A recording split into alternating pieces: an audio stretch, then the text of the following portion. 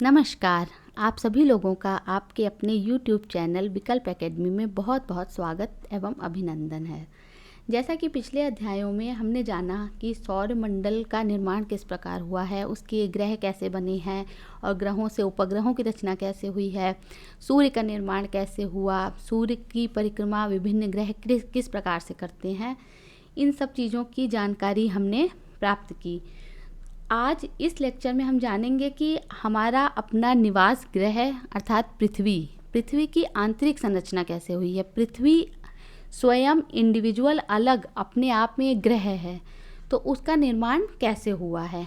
आज के इस लेक्चर में इस बात पे हम चर्चा करेंगे। पृथ्वी का एक विशिष्ट आकार है जिसे जियोट कहते हैं। पृथ्वी का भूमध्य रेखीय व्यास 12,756 किलोमीटर है। इसका ध्रुवीय व्यास 12,714 किलोमीटर है। अत्यंत विशालकाय ग्रह के अंतर्गत इसे माना जाता है। पृथ्वी 1,07,160 किलोमीटर प्रति घंटे की गति से 765 दिन 5 घंटे 48 मिनट एवं 46 सेकेंड में सूर्य का एक पूरा चक्कर लगाती है। जैसा कि हम सभी को पता है कि पृथ्वी का 71% भाग जलमंडल है और 29% भाग स्थल मंडल है। तो आज हम जानेंगे कि पृथ्वी की आंतरिक संरचना कैसी हुई है, पृथ्वी अंदर से कैसी दिखाई पड़ती है या उसका निर्माण किस प्रकार से हुआ है। पृथ्वी के धरातल का विन्यास मुख्यतः भूगर्भ में होने वाली प्रक्रियाओं का ही परिणाम है। बहिर्जात और अंतर्जात प्रक्रियाएं लगातार भूदृश्य को आकार देती रही हैं। अंतर्जात प्रक्रियाओं के प्रभाव को अनदेखा कर किसी भी क्षेत्र की भू आकृति की प्रकृति को समझना अधूरा ही ज्ञान होता है। जैसा कि पृथ्वी की आंतरिक बनावट का प्रश्न जहाँ तक है, वहाँ पे हम कह सकते हैं कि इसकी आंतरिक संरचना निर्भर करती है इसमें होने वाले अंतर्जात बलों के द्वारा, और वो किन चीज़ों से बनी है उस पर भी निर्भर करता है। प्रारंभ काल में पृथ्वी चट्टानी, गर्म और वीरान ग्रह थी, जिसका वायुमंडल विरल था, जो सिर्फ हाइड्रोजन और हीलियम से बना था। आज की पृथ्वी से एकदम अलग, एकदम भिन्न। अतः कुछ ऐसी घटनाएं एवं क्रियाएं अवश्य हुई होंगी जिनके कारण चट्टानी, वीरान और गर्म पृथ्वी एक ऐसे सुंदर ग्रह में परिवर्तित हो गई जहां बहुत सा पानी तथा जीवन के लिए अनुकूल वातावरण पाया जाता है। अपने प्रारंभिक काल में पृथ्वी चट्टानी, तप्त और वीरान ग्रह थी, यह सत्य है। आज की पृथ्वी से बिल्कुल अलग, अतः कुछ ऐसी घटनाएं और क्रियाएं लगातार अवश्य हुई होंगी जिसके कारण वर्तमान पृथ्वी ऐसे सुंदर ग्रह में परिवर्तित हुई जहां जीवन के लिए अनुकूल वातावरण उपलब्ध है। आज से 460 करोड़ वर्षों के दौरान इस ग्रह पर जीवन का विकास कैसे हुआ, यह ज्ञात करने के लिए आवश्यक है कि पृथ्वी की संरचना भीतर से कैसी है, इसे हम जानें। पृथ्वी की आंतरिक परिस्थितियों के कारण यह संभव नहीं है कि कोई पृथ्वी के केंद्र तक पहुंचकर उसका निरीक्षण कर सके या वहां के पदार्थ का कुछ नमूना प्राप्त कर सके। तो हम कैसे जान सकते हैं कि पृथ्वी किस प्रकार से बनी है या उसकी आंतरिक संरचना किस प्रकार की है।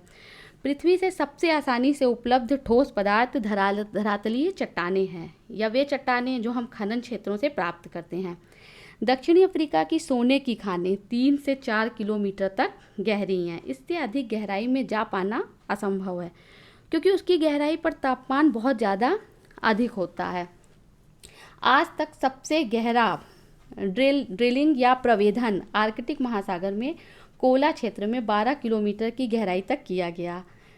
इन परियोजनाओं तथा बहुत सी अन्य गहरी खुदाई परियोजनाओं के अंतर्गत विभिन्न गहराई से प्राप्त पदार्थों के विश्लेषण से हमें पृथ्वी की आंतरिक संरचना से संबंधित असाधारण जानकारियां प्राप्त हुई हैं।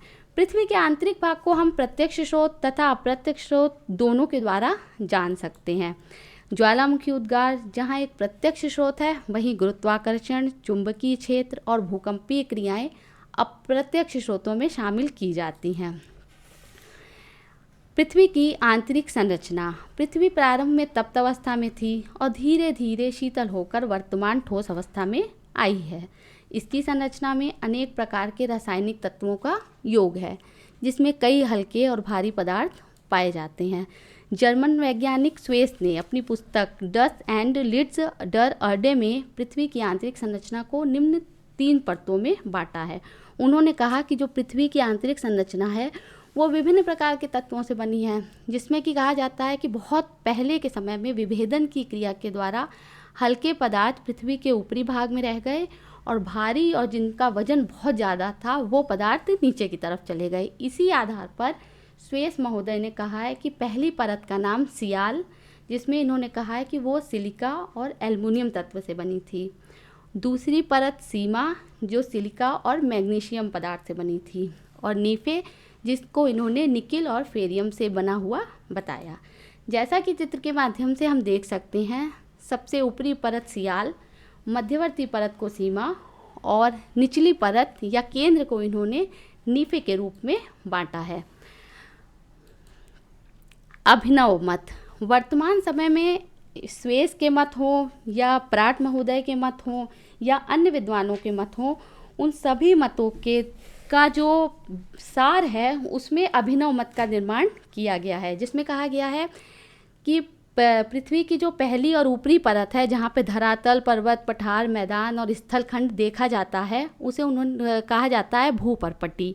द्वितीय खंड को मेंटल के नाम से जाना जाता है और केंद्रीय भाग को 2 भागों में बांटा गया है, बाह्य क्रोड और आंतरिक क्रोड। आइए इसका विस्तार से चर्चा करते हैं।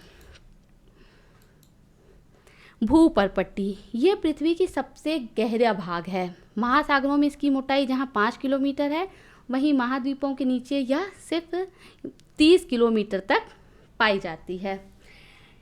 यह बहुत ही कमज़ोर भाग है, भंगुर जिसे कह सकते हैं, जो जल्दी आसानी से टूटने की प्रवृत्ति जिसमें पाई जाती है। भूपर्पटी की मोटाई महाद्वीपों और महासागरों में भिन्न भिन्न है, जैसा कि हम लोग देख रहे हैं।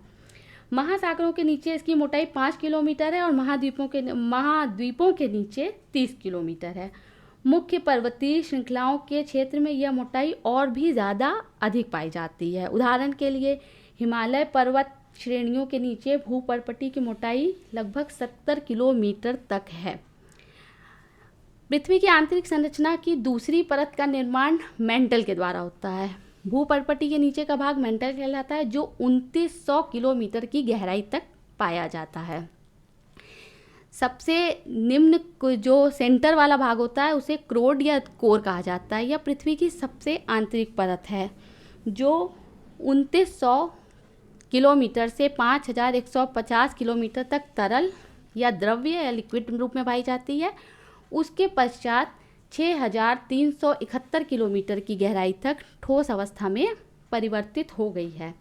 इस प्रकार से पृथ्वी की संरचना को जानने के लिए या बहुत तरह के प्रयोग किए जा रहे हैं और लगातार वैज्ञानिक भूगर्भ शास्त्री प्रयासरत हैं कि उन्हें पता चले कि पृथ्वी का वास्तविक निर्माण किस प्रकार से हुआ है। अभी तक के शोध, अभी तक की जो भी जानकारी हुई है, उससे जो समझ में आया या जो बताया गया है, उसमें ऐसा चित्र के माध्यम से आप इसे समझ सकते हैं। कहा जाता है कि मेंटल क्रोड के मध्य में और मेंटल और क्रस्ट के बीच में कुछ असंबद्धताएं पाई जाती हैं, जहां पर अचानक से तत्वों का जो गुण है वो परिवर्तित हो जाता है।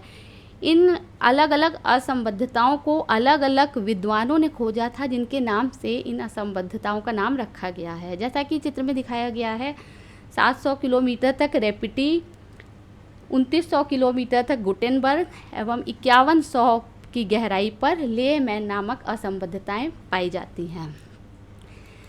सारांश रूप में हम कह सकते हैं कि पृथ्वी के भूगर्भ को जानना इतना आसान कार्य नहीं है। वर्तमान समय में भी प्राचीन समय की भांति आज भी लगातार प्रयास जारी हैं कि जिससे पता चल सके कि हमारी पृथ्वी या हमारा निवास ग्रह, हमारी पृथ्वी ग्रह का निर्माण किस प्रकार से हुआ है।